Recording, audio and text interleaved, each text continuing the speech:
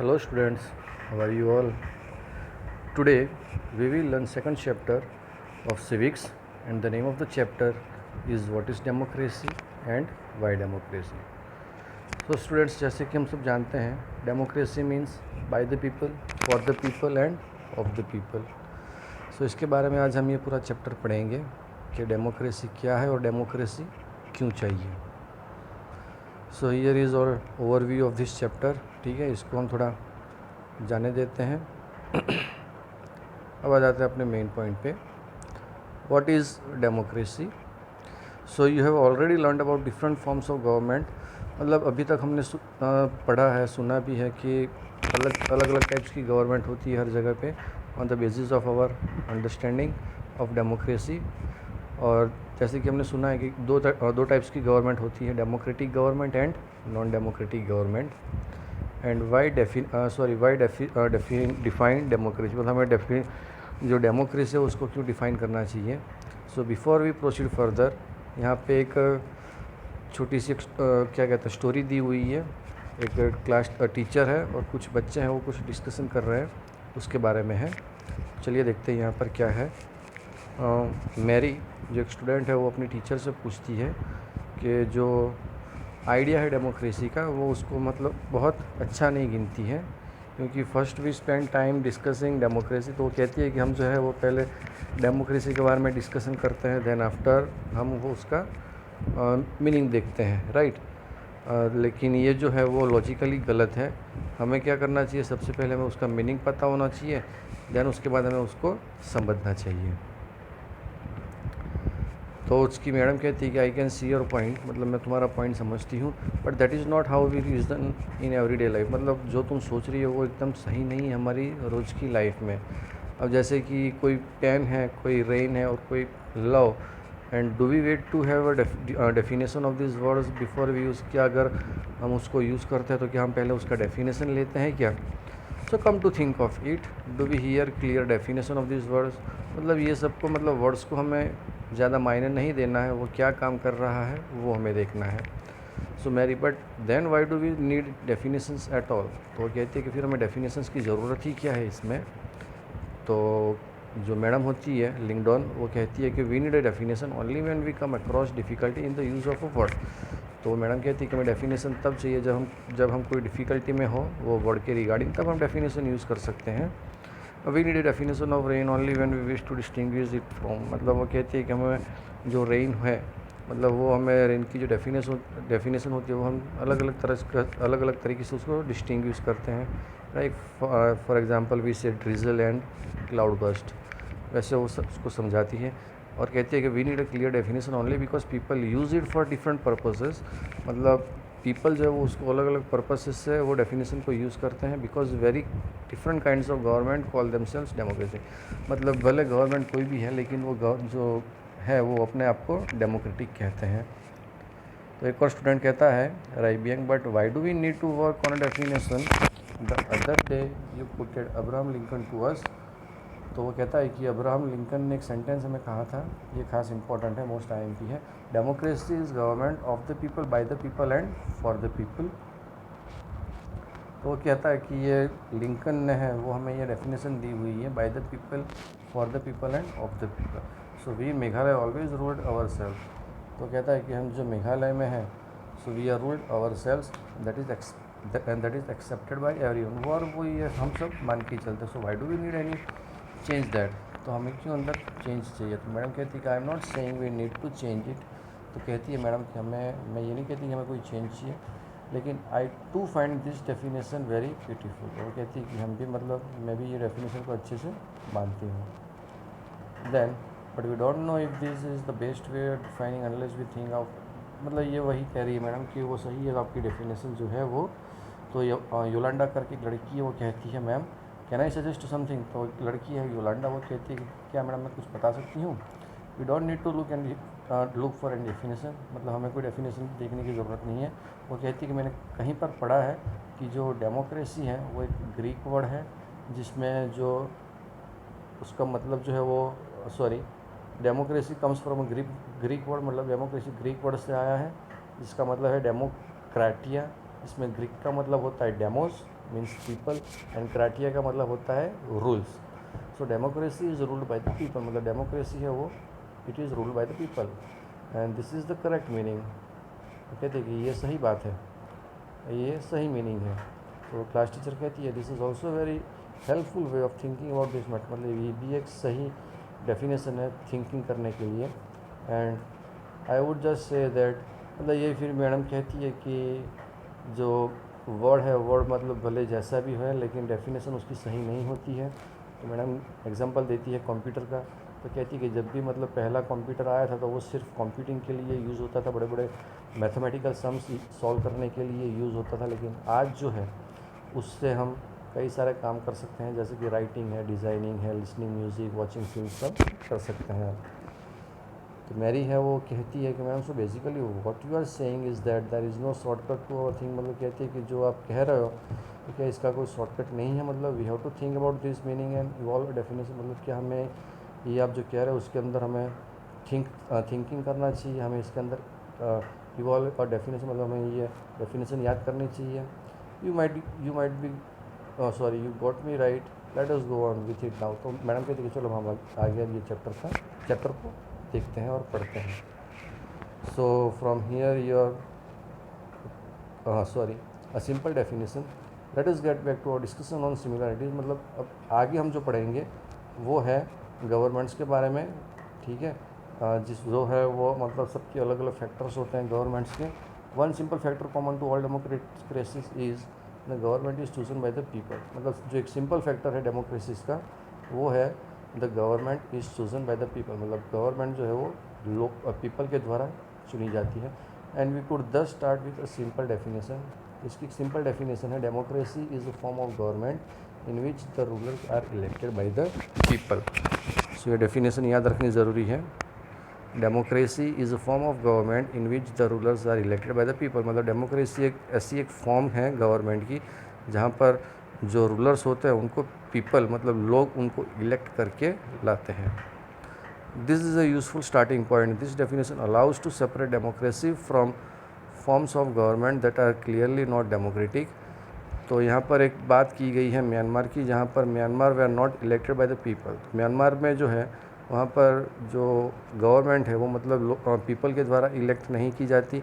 Those who happen to be in control of the army, तो वहाँ पर जो है वो पूरा आर्मी का कंट्रोल है म्यांमार में, become the rulers of the country, और वहाँ पर मतलब आर्मी ही है जो पूरा रूलर है कंट्री पे। पीपल हैड नो से इन दिस डिसीजन, मतलब वहाँ के लोग जो है वो कुछ भी कहते नहीं है डिसीजन के बारे में। नीचे है dictators like Pinochet are not elected by the people, मतलब जो डिक्टेटर्स थे जैसे कि हिटलर हो गया जर्मनी का, वो एक डिक्टेटर था। तो उस टाइम पे भी मतलब क्या था कि कोई पीपल नहीं थे उनको इलेक्ट करने के लिए, so they are called dictators. This also applies to monarchies, तो ये भी एक तरह का मोनार्की जैसा ही हुआ।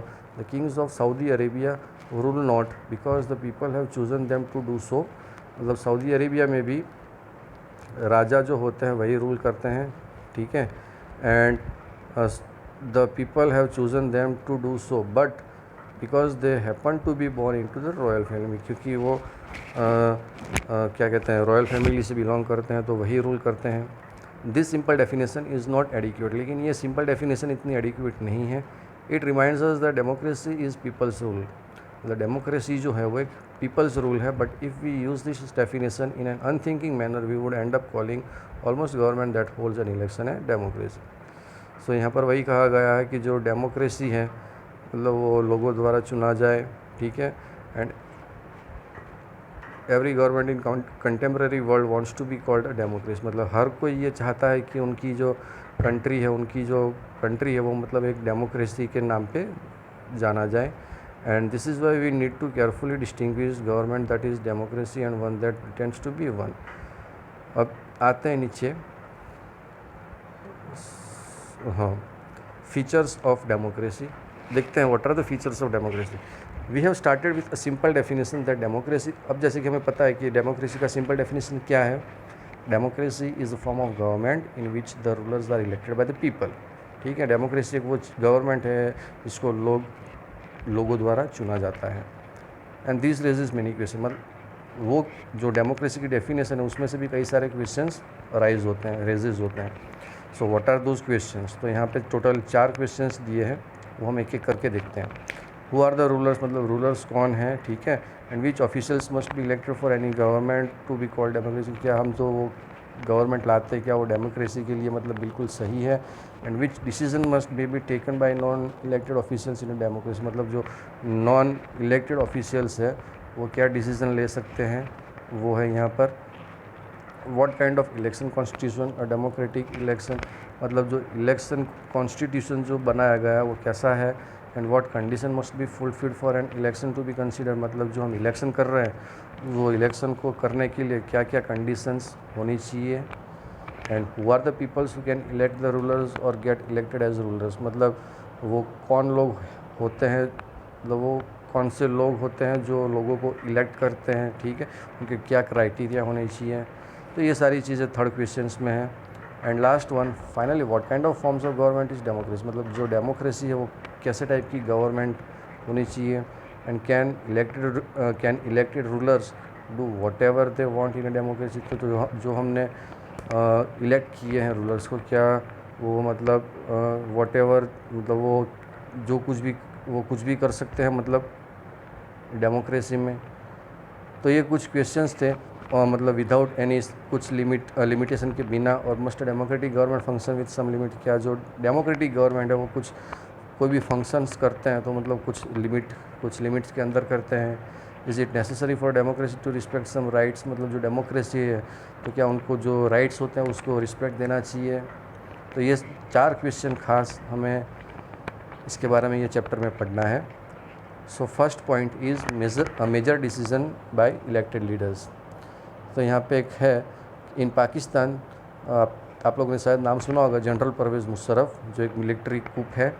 सो इन अक्टूबर 1999 उसने क्या किया परवेज़ मुशर्रफ ने कि 1999 में उसने पूरी मिलिट्री कूप पाकिस्तान में लगा दी। अक्टूबर 99 में जब वहाँ पर इंडिया पाकिस्तान का वॉर हुआ था, कारगिल वॉर कश्मीर में, ये तब की बात है। Over through a democratically elected government, तो उसने मतलब वहाँ पर जो इलेक्टेड गवर्नमेंट थी वो मतलब वहाँ से खदेड़ फेंदी, मतलब निकाल दी।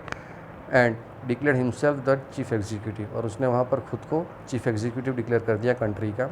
And later he change his designation to president, और उसके बाद उसने जो उसकी डेजिग्नेशन थी वो प्रेसिडेंट लगा दी। And in 2002 had a referendum in the country that granted him a 5 years extension.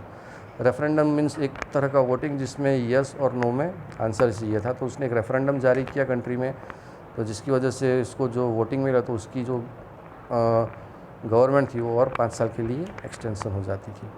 So Pakistani media, human rights organisation and democracy activist said that the referendum was based on malpractices and fraud. तो वहाँ की जो media थी, वहाँ जो human rights थे, वो लोगों ने क्या कहा कि ये जो वहाँ की जो डेमोक्रेसी एक्टिविस्ट है, तो वो वहाँ पर जो रेफरेंडम पास किया गया परवेज़ मुशर्रफ द्वारा, तो वो सब क्या थे, माल प्रैक्टिसेस थे, मतलब एकदम धोखाधड़ी थी, एकदम फ्रॉड था।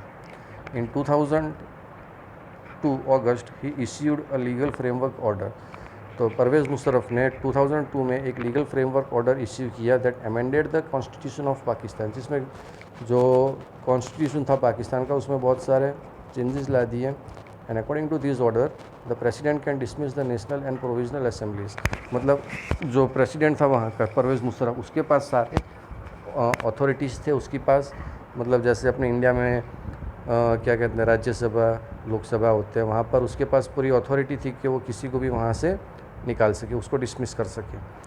The work of the civilians cabinet is supervised by the national security council, और वहाँ पे जितने भी कैबिनेट होते थे, जैसे अपने इंडिया में देखने जाए तो डिफेंस मिनिस्ट्री है, हेल्थ मिनिस्ट्री है, फाइनेंस मिनिस्ट्री है, तो वहाँ पर क्या था सुपरवाइज्ड बाय नेशनल, मतलब वहाँ पर जितनी भी कैबिनेट थी, सिविलियन कैबिनेट थी, वहाँ पर कौन सुपरवाइज़ करता था, नेशनल सिक्योरिटी काउंसिल।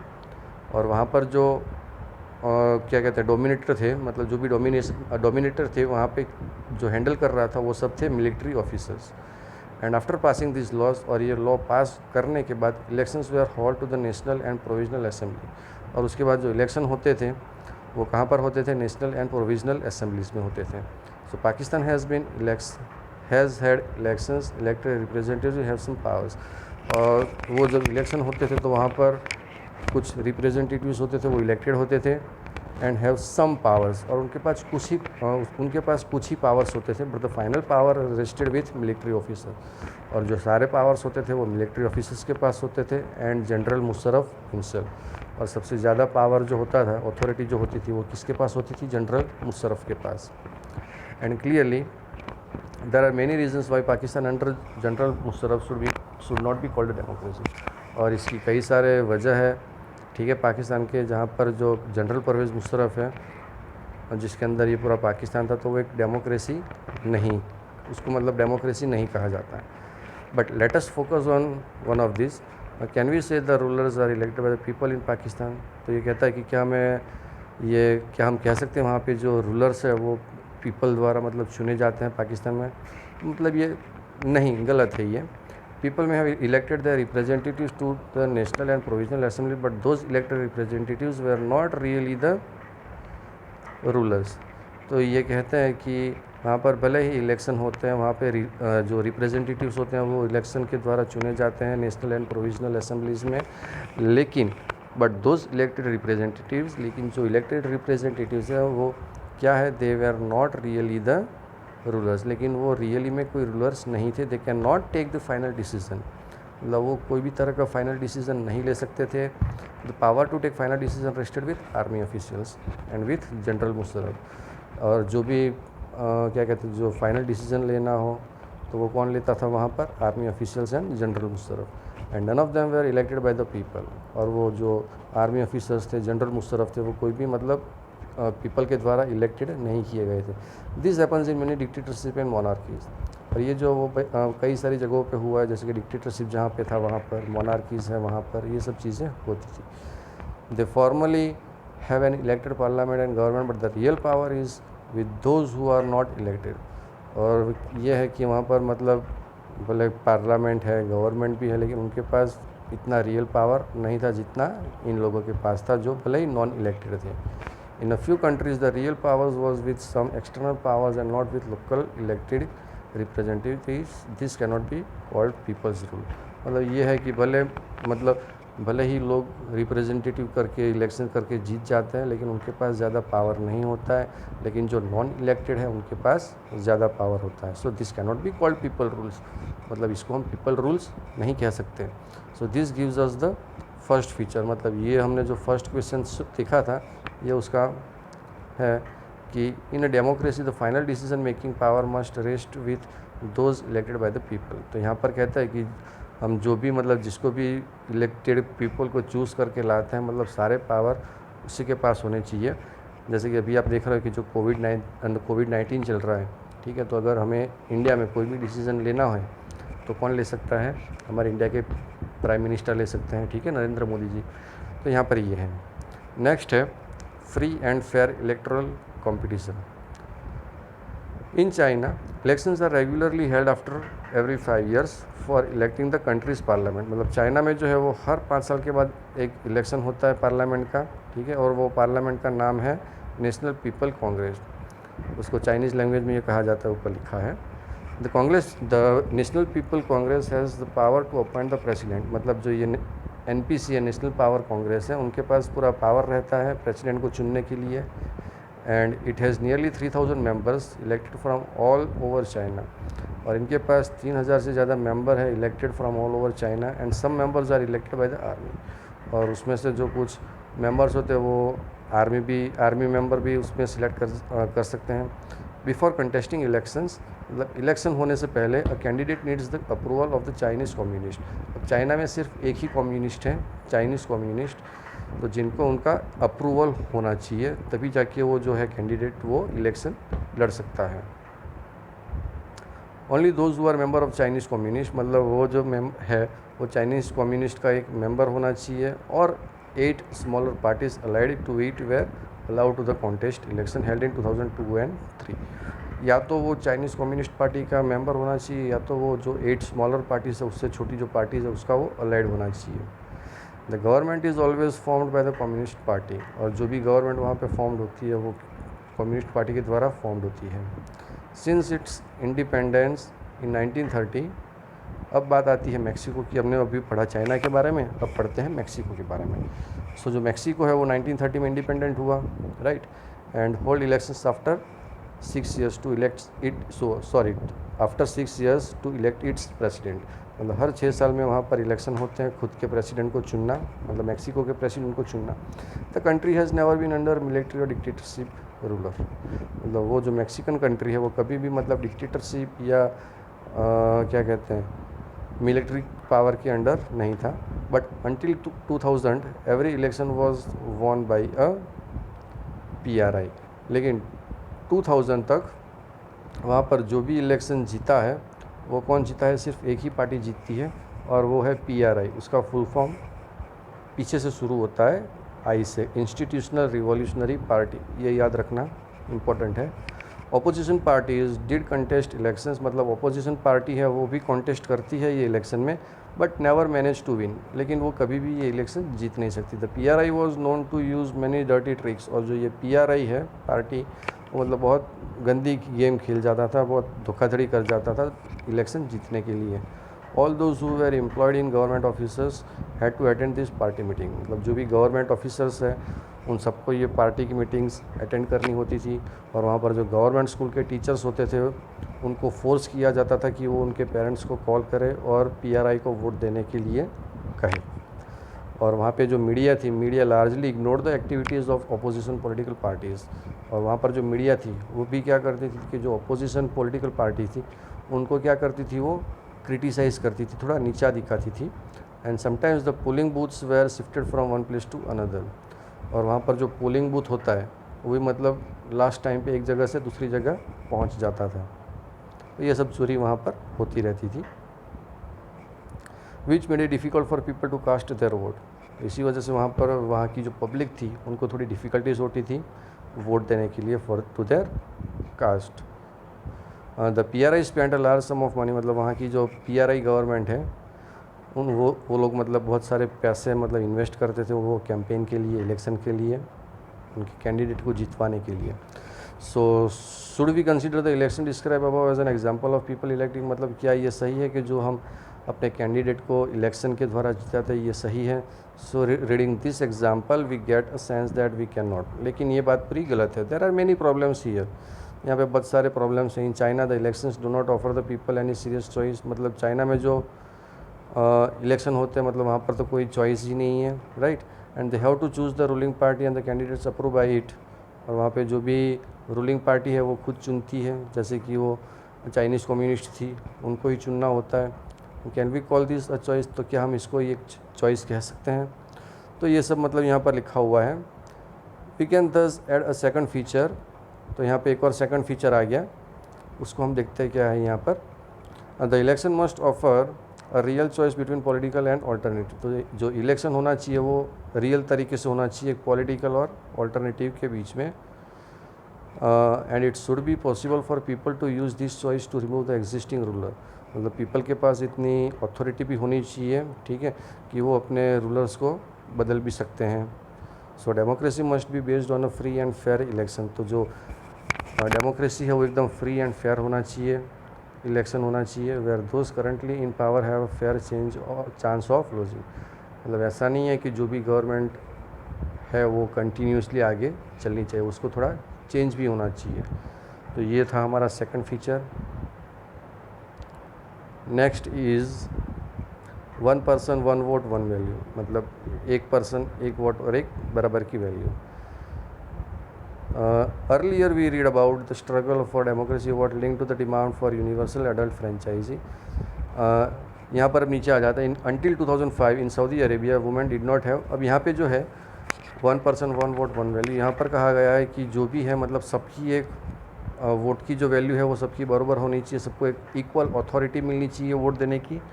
तो यहाँ पर है कि जो सऊदी अरेबिया है वहाँ पर 2015 तक women's are not allowed to vote. मतलब वुमेन को कोई राइट नहीं था वोट देने के लिए। And Estonia has made its citizenship rules in such a way that people belonging to Russian minority find it difficult. मतलब एस्टोनिया जो है उसने क्या किया था कि जो भी सिटीज़न रूल्स हैं उन्होंने people belonging to Russian minority, मतलब वहाँ पे जो रशियन माइनॉरिटी थी, रशियन के लोग बहुत कम थे तो उनको बहुत डिफ़िकल्टी हो रही थी वोट देने में। एंड फिजी में जो सिस्टम थी वो कैसी थी कि वहाँ पर only Fiji are allowed to vote, लेकिन जो इंडियन फिजियन थे, मतलब वो जो इंडियन फिजियन मतलब जो इंडिया के थे और वहाँ के रेसिडेंट हो गए, उनको भी मतलब वोट देने को राइट नहीं था, मतलब उनको अथॉरिटी नहीं थी वोट देने की। And democracy is based on a fundamental principle of political equality, और डेमोक्रेसी जो है वो fundamental principle of political equality पे बेस करता है। And that gives us the third feature of democracy, और ये हमें थर्ड फीचर बता रहा है डेमोक्रेसी का। In a democracy each adult citizen must have one vote and each vote must have one value. मतलब यहाँ पर डेमोक्रेसी में हर एक सिटीज़न को क्या कहते हैं, हक है वोट देने का, ठीक है, मतलब one vote one value. Next is rule of law and respect for rights. अब यहाँ पर Zimbabwe attend independence from white minority rule in 1980। तो जिम्बाब्वे जो है वो अफ्रीका में आता है, तो वो वाइट माइनॉरिटी से इंडिपेंडेंट हुए थे 1980 में। Since then the country has been ruled by ZANU-PF। तो वहाँ पे ये गवर्नमेंट थी ZANU-PF, the party that led the freedom struggle. मतलब इन्होंने जो है वो फ्रीडम स्ट्रगल में बहुत लड़ाई लड़ी थी। एंड इट्स लीडर, उनके जो लीडर है ZANU-PF के, वो थे Robert Mugabe. Ruled the country since independence, और इंडिपेंडेंस तक उन्होंने पूरी कंट्री पे रूल किया। And elections were held regularly and always won by ZANU-PF। और जब भी वहाँ पर इलेक्शन होता तो ऑलवेज कौन जीतता, ZANU-PF ही जीतता था। President Mugabe was popular but also used unfair practices in election. अब जैसे ये जो मुगबे है प्रेसिडेंट, वो एकदम पॉपुलर था, लेकिन वो भी जो है वो बहुत सारी अनफेयर प्रैक्टिसेस करता था, बहुत चोरी क्या कहते हैं, धोखेबाजी भी करता था। And over the years his government change the constitution several time. और उसकी जो गवर्नमेंट थी उसने कई सारे कॉन्स्टिट्यूशन में चेंजेस ला दिए थे। And several time to increase the power of the president and makes him less accountable. मतलब वो कई सारे चेंजेस लाता था और अपने पावर को और बढ़ा देता था। And opposition party workers were harassed and their meeting disrupted. तो उनकी अपोजिशन में जो पार्टी थी उनको बार बार हैरेस किया जाता था और उनको डिस्टर्प्टेड भी किया जाता था। People protest and demonstration against the government were declared illegal. मतलब जो भी पब्लिक प्रोटेस्ट थे, जो भी डेमोन्स्ट्रेशन थे, उन लोगों को क्या किया गया, मतलब इलीगल डिक्लेयर किया गया था। And there was a law that limited the right to criticise the president television. मतलब वहाँ पर जो भी चीज़ें थी वो सारी चीज़ें कौन हैंडल करता था, वहाँ का प्रेसिडेंट जो कि था ये मुगबे। एंड टेलीविज़न रेडियो वो सारा कंट्रोल किया जाता था वहाँ की गवर्नमेंट के द्वारा। And gave only the ruling party's version, और वहाँ पे सिर्फ रूलिंग पार्टी का वर्जन ही बताया जाता था। There were independent newspapers but government harass those journalist who went against it. मतलब वहाँ पर कई सारे जर्नलिस्ट थे, न्यूज़पेपर थे, लेकिन जो गवर्नमेंट थी वहाँ की वो उनको हैरेस करते रहते थे जो भी उनके अगेंस्ट जाता था। The government ignored some court judgments that went against it. मतलब जो गवर्नमेंट है वहाँ की, वो हर बार मतलब जो कोर्ट होती थी वहाँ के जजेस को धमकी वगैरह देते थे। अगर जो भी उनके अगेंस्ट में जाता था तो वो उनको वहाँ से, उनकी इस पोस्ट से उनको निकाल देते थे। The example of Zimbabwe shows that the popular approval of the ruler is necessary in a democracy. तो ये कहता है कि जो जिम्बाब्वे में जो बता रहा है हमें कि क्या ये डेमोक्रेसी के लिए ज़रूरी है, but it is not sufficient. लेकिन ये सही नहीं है अब तक। Popular governments can be undemocratic. तो जो पॉपुलर गवर्नमेंट है वो एक अनडेमोक्रेटिक है। And popular leaders can be autocratic, और जो लीडर्स है पॉपुलर वो एक ऑटोक्रेटिक है। And if we wish to assess a democracy it is important to look at the elections. अगर हम डेमोक्रेसी को देखते हैं तो it is important to look at the election. हमें इलेक्शन पे बहुत अच्छे से ध्यान देना चाहिए, but it is equally important to look before and after the elections. और हमें इलेक्शन के पहले और बाद में दोनों तरफ हमें देखना चाहिए। There should be sufficient room for normal political activity. मतलब जो भी इलेक्शन के टाइम होता है कि प्रॉपर रूम होने चाहिए वगैरह, ये सब उसका प्रॉपर पीरियड टाइम होना चाहिए। And in the period before election this require that state should respect some basic right. मतलब उस टाइम पे एक प्रॉपर एक क्या होता है, प्रॉपर राइट्स होने चाहिए सारे सिटीजन्स के पास। They should be free to think. मतलब उनके पास एकदम they should be free to think. They have their own opinions to express this in public. मतलब वो पब्लिक में एक्सप्रेस कर सकते हैं। टू फॉर्म एसोसिएशंस, मतलब वो एसोसिएशन भी बना सकते हैं to protest and take other political actions, मतलब वो कोई भी अलग अलग एक्शंस ले सकते हैं। सो ये सब था। Next, similarly there are some conditions that applied to the way of government is run after the elections. मतलब ऐसे कुछ कंडीशंस है जो गवर्नमेंट मतलब इलेक्शंस के बाद चाहती है। और democratic government can not do what ever it likes simply because it has won an election. मतलब गवर्नमेंट जो है वो मतलब government can not do what ever it like, मतलब गवर्नमेंट कुछ भी जो है वो अपने आप नहीं कर सकती है simply because it has won an election, मतलब वो अपने आप से वो इलेक्शन जीता है। It has to respect some basic rule, लेकिन उसके भी कुछ बेसिक रूल्स होते हैं। In particular it has to respect some guarantees to the minorities. Every major decision has to go through a series of consultation and every officer bearer has certain rights and responsibilities assigned by the constitution and the law। मतलब जो भी government elect हो के आई है मतलब उनके पास क्या कहते हैं प्रॉपर उनको पूरा रिस्पेक्ट देना चाहिए। जो बेसिक हमारे जो रूल्स है वो वहाँ पे जो गारंटीज़ बैठे होते हैं जो भी माइनॉरिटीज़ के बैठे वो सब पे उनको ध्यान देना चाहिए। एंड वहाँ पे जो भी कंसल्टेशन बैठे होते हैं उनके साथ भी उनको सलाह मशवरा करनी चाहिए होती है। And each of this is accountable not only to the people but also to the other independent officers. मतलब ये है कि वहाँ पर जो भी पब्लिक बैठी होती है पीपल होती है मतलब उनके अलावा उनको जो अदर इंडिपेंडेंट ऑफिसर्स होते हैं उनके साथ भी ये लोग बातचीत कर सकते हैं। We shall read more about this in chapter 4। तो अब जाके हमें मिलता है कि फोर्थ फीचर क्या है। तो फोर्थ फीचर ये है कि a democratic government rules with in limits set bye constitution law and citizen rights. मतलब जो भी गवर्नमेंट हम चूज़ करके लाते हैं उनको क्या है कि रूल्स विद इन लिमिट, उनको लिमिट में